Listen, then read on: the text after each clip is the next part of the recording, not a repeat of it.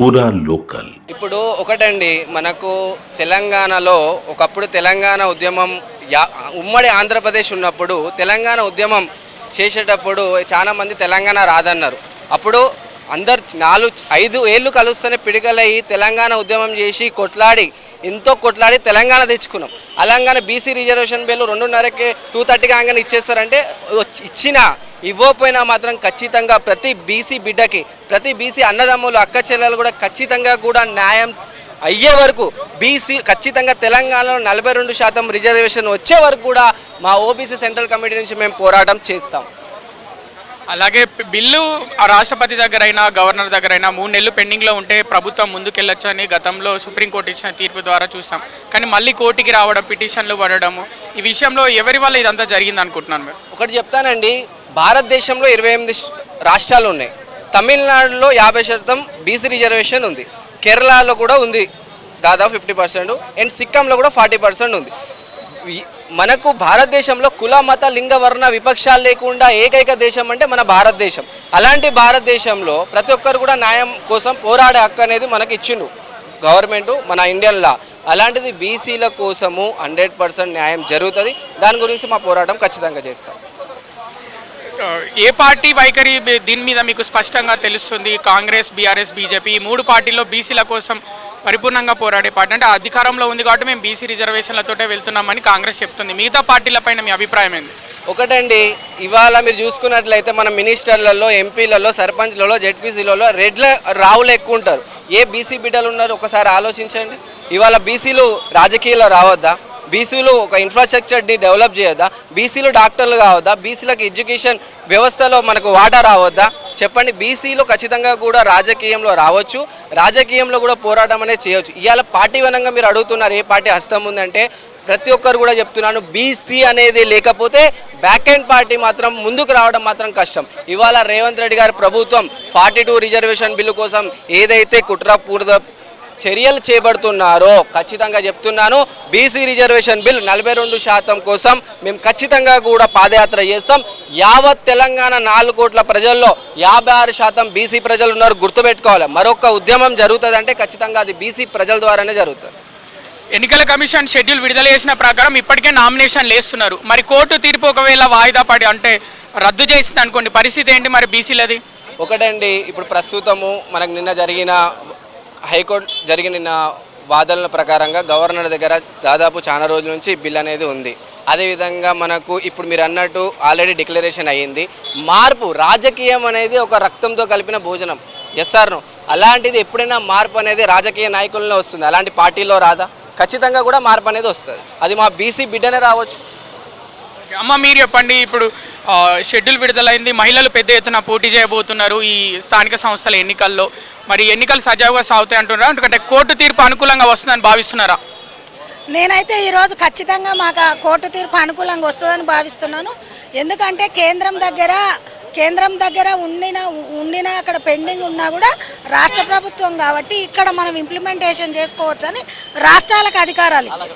కాబట్టి ఇక్కడ ఉన్నటువంటి రేవంత్ రెడ్డి ప్రభుత్వం కాబట్టి ఆయన యొక్క ఏదైతే వాగ్దానం చేసిండో బీసీలకు అది వస్తుంది. కాబట్టి మేమందరం ఆశాభావం వ్యక్తం చేస్తున్నాం. ఈరోజు మహిళలు పెద్ద ఎత్తున ఇవాళ బీసీ మహిళలు చైర్పర్సన్లు అయిపోతున్నారు. ఈరోజు స్థానిక సంస్థల ఎంపీటీసీలు అయిపోతున్నారు, ఇలా గ్రామ సర్పంచ్లు అవుతున్నారు. మేము చాలా సంతోషంగా ఉన్నాం. ఒకవేళ మాకు అనుకూలంగా రాలేదనుకోండి, రాకపోతే మరో యుద్ధానికి సిద్ధమవుతాం. ఎందుకంటే 88 దశాబ్దాలు అవుతుంది మనకు స్వాతంత్రం వచ్చి, ఇంచుమించుగా. అంతకు పూర్వం కూడా మేము వెట్టి చాకరీ చేసినాం. కాబట్టి ఇప్పుడిప్పుడే మేమే లాయర్లు అయ్యి, మేమే ప్రజాప్రతినిధులు అయ్యి, మా వాళ్ళే ఇలా రాజకీయాలలో ఉండి అన్ని పార్టీలలో ఉన్నటువంటి బీసీ బిడ్డలు ఈరోజు మా లాయర్స్ ఫోరం కావచ్చు, మా ఇంటలెక్చువల్స్ కావచ్చు, మా ఉద్యోగస్తులు కావచ్చు, ఈరోజు అందరు చూస్తూ ఉన్నారు. కాబట్టి ఈ తీర్పుని ఒకవేళ మాకు అనుకూలంగా ఇస్తే ప్రభుత్వానికి అభినందనలు తెలియజేస్తాం. ఒకవేళ మాకు ఇట్లా తీర్పును మళ్ళా వాయిదాలు వేస్తారు. ఈరోజు 2 సంవత్సరాలు దాటిపోతుండే తీర్పులు వాయిదాలు వేసి ఈరోజు గ్రామాలలో పరిపాలన కుంటుపట్టింది. ఈరోజు కేంద్రం నుంచి వచ్చే నిధులు సర్పంచులు లేక ఆగిపోతున్నాయి. కాబట్టి తప్పకుండా ఈ ఎన్నికలు సజావుగా జరగాలని చెప్పేసి మేము కోరుకుంటున్నాము. కాబట్టి మాకు అనుకూలంగా వస్తుందని చెప్పేసి మేము ఆశాభావం వ్యక్తం చేస్తాం. ఈ 80 సంవత్సరాలుగా బీసీలు వెనుకబడడానికి అసలైన కారణం ఎవరు అనుకుంటున్నారు? అసలైన కారణం తెలంగాణలో రెడ్లు రావులే, ఇంకెవరు ఉంటారండి? ఇక్కడ మొత్తం కూడా వాళ్ళదే పరిపాలన. నిజాం కాలం నుంచి వాళ్ళే ఉన్నారు, వాళ్ళకే భూములు ఉన్నాయి, వాళ్ళ దగ్గరనే వ్యవస్థ ఉన్నది. మాకు విద్యకు దూరం చేసిర్రు. మా తాతలు ముత్తాతలు విద్య లేదు. అన్ని కులాలలో మేము పనిచేసినాం. ఏదో 2 ఎకరాలు 3 ఎకరాలు ఇస్తే కూడా అది కూడా దేవుని మాన్యాల పేరు మీద ఇచ్చి గుంజుకున్నారు. కాబట్టి గ్రామ పరిపాలన మొత్తం కూడా వారి చేతులలోనే ఉండేది. ఎవరంటే రెడ్లు రావుల చేతుల. కాబట్టి ఆయన దొర ఏడుంటాడు, దొర పట్నములు ఉంటాడు, దొర ఊర్లో రాజకీయం చేస్తాడు. కాబట్టి ఇప్పుడు అట్లా జరగదు. ఊరు మొత్తం మాదే. మాకు అనుబంధంగా మాకు మద్దతుగా ఇవ్వాల మా ఎస్సీ సోదరులు కావచ్చు, మా ఎస్టీ సోదరులు కావచ్చు, ఇతరతర కులాలందరూ కూడా మా వైపే ఉన్నారు. కాబట్టి ఓటు పర్దసాటున వేసే ఓటు ఈరోజు మా బీసీ బిడ్డలు వేస్తారు. జనరల్ స్థానాలలో కూడా మేము గెలవబోతున్నాం. ఇప్పుడు బీసీలకు న్యాయం జరుగుతుందని మీరు అనుకుంటున్నారు. చాలా మంది బీసీలు కొన్ని సంఘాలుగా విడిపోయారు, కొన్ని సపరేట్ సంఘాలు పెట్టుకొని మాదే నడవాలి, కొన్ని రాజకీయ పార్టీలకు తొత్తులుగా మాడిరు. మరి మీ బీసీ సంఘాల వాళ్ళు మరి ఇకనైనా ఒకటవుతారా? న్యాయం అంటే మీ ఏదైతే అధికారం కోరుకుంటున్నారో ఈ అధికారం కోసమైనా ఒకటవుతారా అనుకుంటున్నారా? మరి మీరు ఈరోజు చూసిరు బ్రదర్, మీరు ఇక్కడ అందరం వచ్చినాం, అందరిది ఒకటే ఇవాళ తెలంగాణ రాష్ట్రం కోసం 125 జేఏసీలు పనిచేసినాం. 125 జేఏసీలు. ఎందుకంటే మాకు కలహాలు పెట్టడం. ఏ సంఘమైనా మా ఒక్క ఉన్నతి కోసం, మా బిడ్డల భవిష్యత్తు కోసమే మాట్లాడుతుంది. మీరు అన్నట్టు మా ప్రజలలో చాలామందికి అలాంటి అనుమానం ఉంది. ఎందుకుందంటే మాకు ఫీజు రియంబర్స్మెంట్ వస్తలేదు, మాకు రాజీవ్ యువ వికాస్ కింద పెట్టిన లోన్లు రాకపోయాయి. మరి గత 10 సంవత్సరాలు తెలంగాణ తెచ్చుకున్నాక మరి గత ముఖ్యమంత్రి మాజీ ముఖ్యమంత్రి కేసీఆర్ మోసం చేసే స్థానిక సంస్థలలో 18% ఇచ్చే, అందులో కూడా ఎక్కడైతే మేజర్ గ్రామ పంచాయతీలు, మేజర్ జడ్పీ చైర్పర్సన్లు అన్నీ కూడా రెడ్లే వచ్చిరి. రెడ్ల సామాజిక వర్గం వాళ్ళు ఇవాళ మా మీద పిటిషన్ వేసిరు. మేము వాళ్ళకు ఒకటి చెప్తున్నాం, మీ ద్వారా ఏం చెప్తున్నామంటే, బిడ్డలారా మీరు ఎవరి మీద దాడి చేయాలి, ఎవరి మీద పిటిషన్లు వేయాలి, ఎవరిని అడ్డుకోవాలంటే జానారెడ్డిని అడ్డుకోండి, సబితా ఇంద్రారెడ్డిని అడ్డుకోండి, కోమటిరెడ్డి వెంకటరెడ్డిని అడ్డుకోండి. ఈ రాష్ట్రంలో ఎక్కువగా 40 సంవత్సరాలుగా అధికారం చెలాయించి వాళ్ళ కోడన్లు, వాళ్ళ కొడుకులు, వాళ్ళ బిడ్డలు వస్తారు కదా, వాళ్ళని అడ్డుకోండి మీరు. కానీ ఇలా మా భూవని అడ్డుకోకురి. మేము ఈరోజు ఎన్నో సంవత్సరాల కళ ఇది.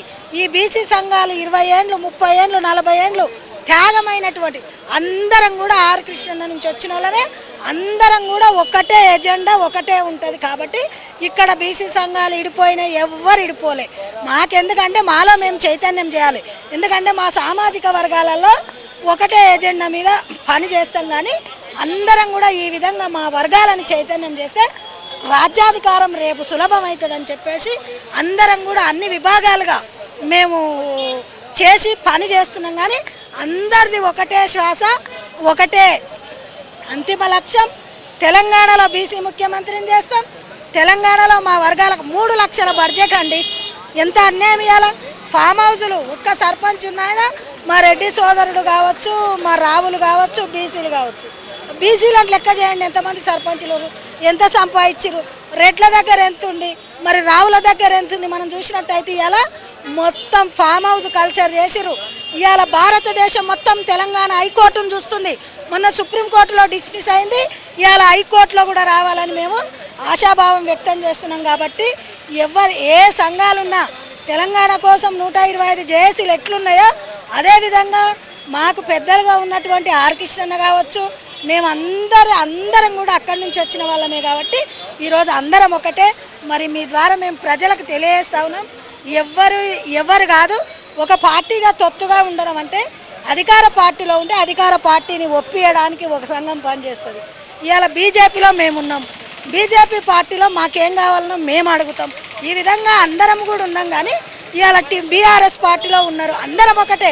మీరు చూడండి, ఒక వేదిక పెడితే అందరం ఉంటాం. కాబట్టి మాకు ఎక్కడ కూడా విభేదాలు లేవు.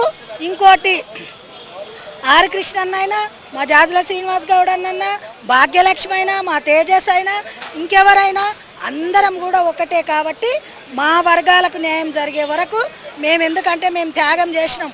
మేము ఇలా తెలంగాణ జేఏసీలో ఉన్నాం, తెలంగాణ ఉద్యమంలో ఉన్నాం, బీసీ ఉద్యమాలు చేస్తున్నాం.